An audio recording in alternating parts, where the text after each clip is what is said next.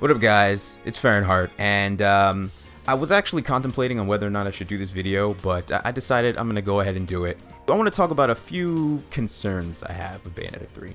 Nothing crazy, but there's a few things that I just wanted to kind of talk about. My first thing that immediately comes to mind, and this is just because the kind of game Bayonetta is, being a fast-paced action game, a hack-and-slash game, that does require a great deal of timing because of the dodge mechanic, you know, the witch time, and having the different levels of dodge, where you have your normal dodge, you have your dodge that executes witch time, you have your bat within dodge, and then you have a parry, which is oftentimes, you know, if you use the Muna Mahakala accessory, which is for those who don't know, it's the item that allows you to parry just about anything in Bayonetta, and if you do it at the right time, you can execute witch time.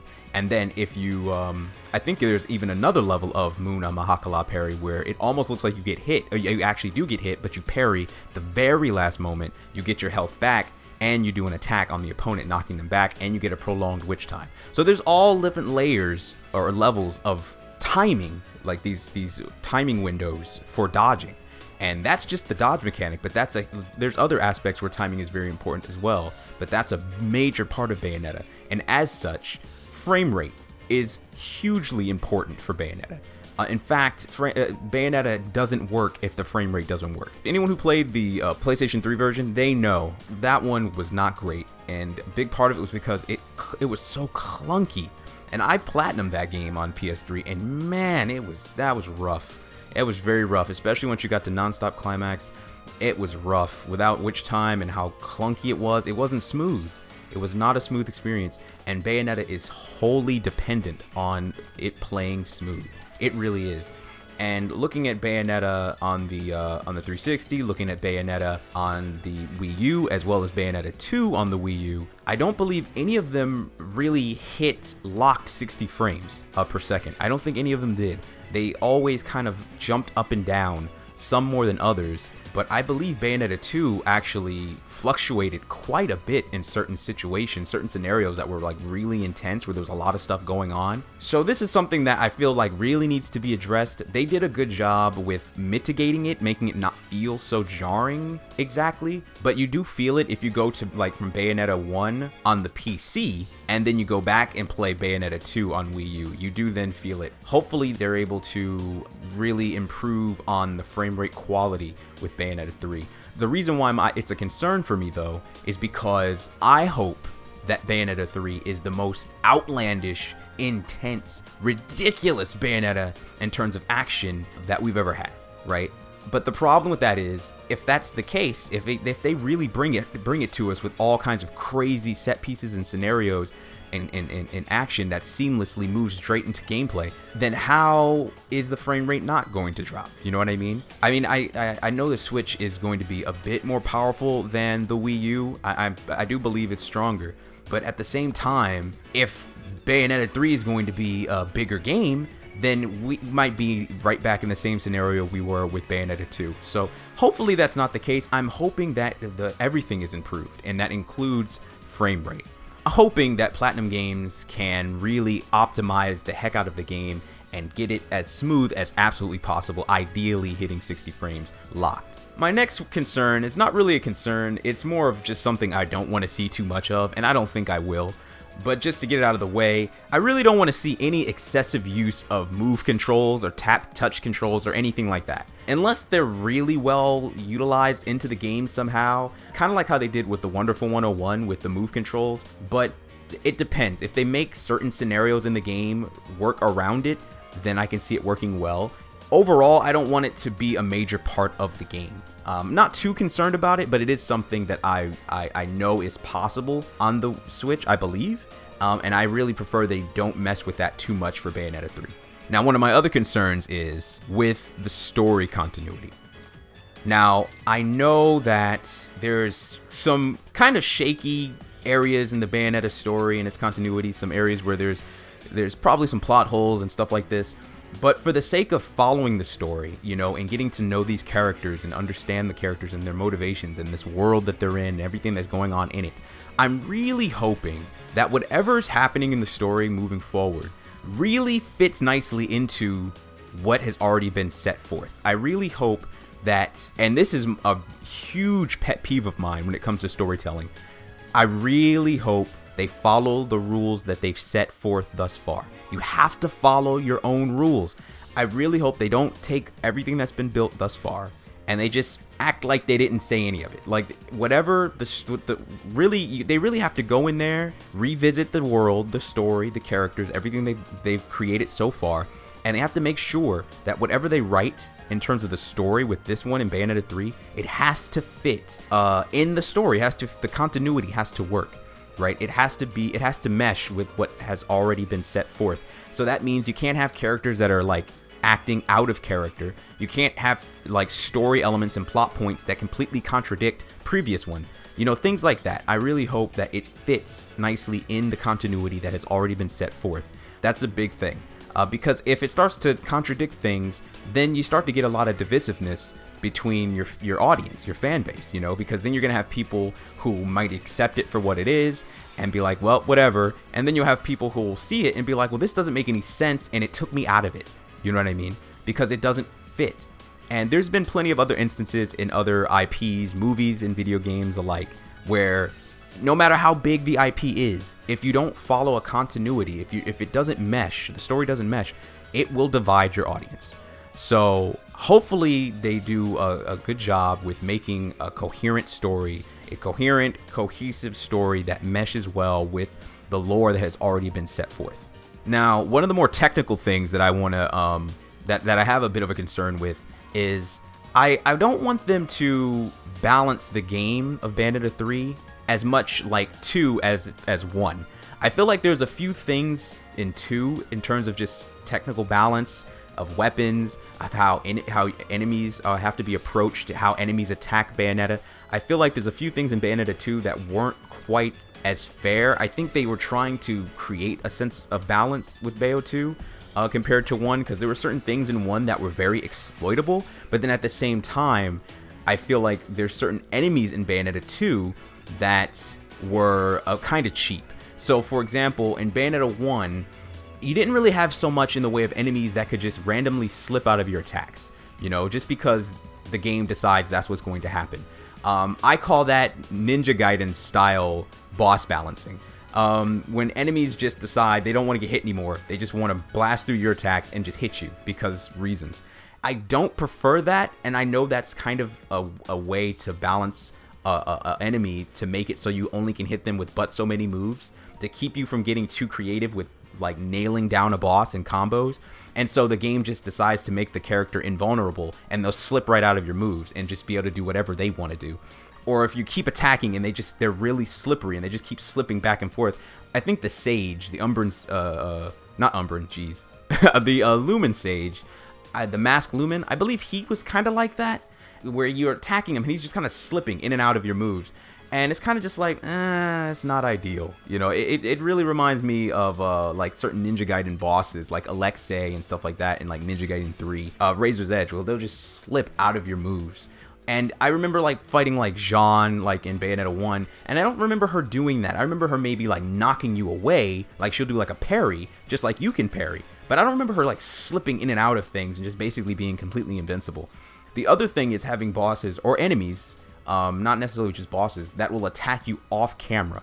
Now that's something that's also not ideal. It's super cheap, because the whole point of Bayonetta in a game like Bayonetta is to be able to respond to anything that comes your way. And if you get hit, it's your fault, because every enemy should have a tell, right? It might be kind of quick, but it should be there. Whether it's an audio cue and or visual cue, it should be a tell there so that you can respond in kind based on the move that's coming your way if you're studying your opponent and what they can do. But if they hit you off screen, there's absolutely zilch you can do about that. And so that's completely cheap, and that's something that just shouldn't be there. So hopefully that's something that they remove from the game, or they're mindful about and make sure that they keep that from entering the game. The other thing that I wasn't personally a fan of is how they balanced some of the weapons in Bayonetta 2. I liked the designs and creativity and variation of the different weapons. They all seemed like very different weapons, and I like them in concept. Like, I like the idea of a weapon that can poison you. I like the idea of, it like poison you via like a plague of like locusts. Like, I thought that was a cool in concept. The weapon that can change from fire to ice, and it literally shoots ice and shoots fire, and the ice can freeze them. I like these concepts. But I feel like they weren't used as effectively as they could have been, and ultimately they felt kind of almost pointless, actually. Like, they didn't feel like they had as much kick behind them as they looked like they should, I feel like the weapons should be balanced in Bayonetta 3 in a way where each weapon is, I call this Arc System Works style of balancing, where everything feels OP, whether it is or it isn't, right? Everything feels like it is. Like, don't necessarily make them OP to the point where you're just abusing the same moves, but making the weapons, each weapon, for whatever it is they do, make them do that something really well. So if you're going to have a weapon that can poison the opponent, even if it's in short bursts, still it should feel more worth it. Like, you hit them with it and it should be noticeable. Oh, this is poisoning them. I see that. Okay, I see. And there should be something, more of a reward for using certain weapons. There should be, each weapon should have a weakness and a strength, and it should be the weakness and the strength should be more obvious. And I feel like maybe they tried to balance things too much in a way where it made everything just seem flatlined, and there wasn't enough variation and worth in using different weapons. But I don't know, that was just me. Another thing I wanted to bring up is, this isn't so much a concern either, but this is something that I've seen you guys mention in the comments. And it was about a male Bayonetta. I do not want to see a male Bayonetta. At least not at the cost of Bayonetta herself. I don't want to see Bayonetta be changed into a male. And this is the reason. I like her as she is. I love Bayonetta, okay? Like, she's awesome. I'm drawn to the character and the games because of the way they are currently, right? I don't want to see this massive, drastic change to something like that. That, to me, might be too jarring. And it defeats the purpose of the character, right? One of the major aspects of what makes Bayonetta so great is that she's such a strong, bold character who's so confident in her sexuality and carries herself in such a way where her movement, her expressions, she's so witty, so charismatic. All her attacks are so sexy and stylish. It's so unique to her, and it has such a feminine charm that it would be such a waste to just change her to what would be typically male, because she's so not that, right? It just defeats the character, right? It just defeats it.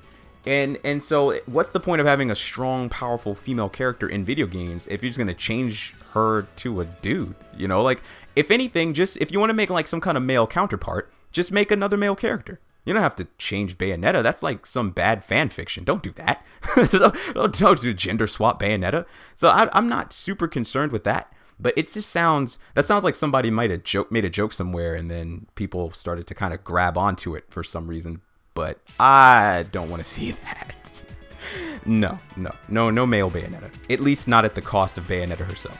Besides, if you think about it, the male Bayonetta would pretty much just be Dante. I mean, that's, if you think about it, right? Hideki Kamiya designed Dante, he designed Bayonetta, or at least he conceptualized them, Marty Shimazaki technically designed Bayonetta, or at least their visual design, but he envisioned the characters, right? And so it's the male Bayonetta is Dante. I mean, basically. So yeah, we already kind of have that. Bayonetta was pretty much, for a lot of people, just the female Dante, even though she doesn't look and anything like him. But that's more kind of Jean, because she has the red and silver, the red suit, silver hair, yada yada yada. But in any case, please, no male Bayonetta. And the last concern that I have is, I hope Bayonetta 3 isn't too safe. I hope Platinum Games doesn't play it too safe with this game. I want them to respect the continuity that they've already created in terms of the story, in terms of the characters and their personalities. I don't want them to act out of character like a different person's writing them and they don't know what they're doing. Hopefully all of the characters' personalities are intact. The story and the continuity still makes sense, at least for what it is. You know, it's Bayonetta's story's always been kind of convoluted and over the top, but hopefully they just kind of they make it make sense for what Bayonetta is. I hope that all that happens, but I also want them to not feel too restrained. I want them to take risks. I want them to take risks with the gameplay. I want them to take some creative, you know, risks, some design risks. You know, be creative. I don't want it to be too formulaic and end up feeling too much like the previous games.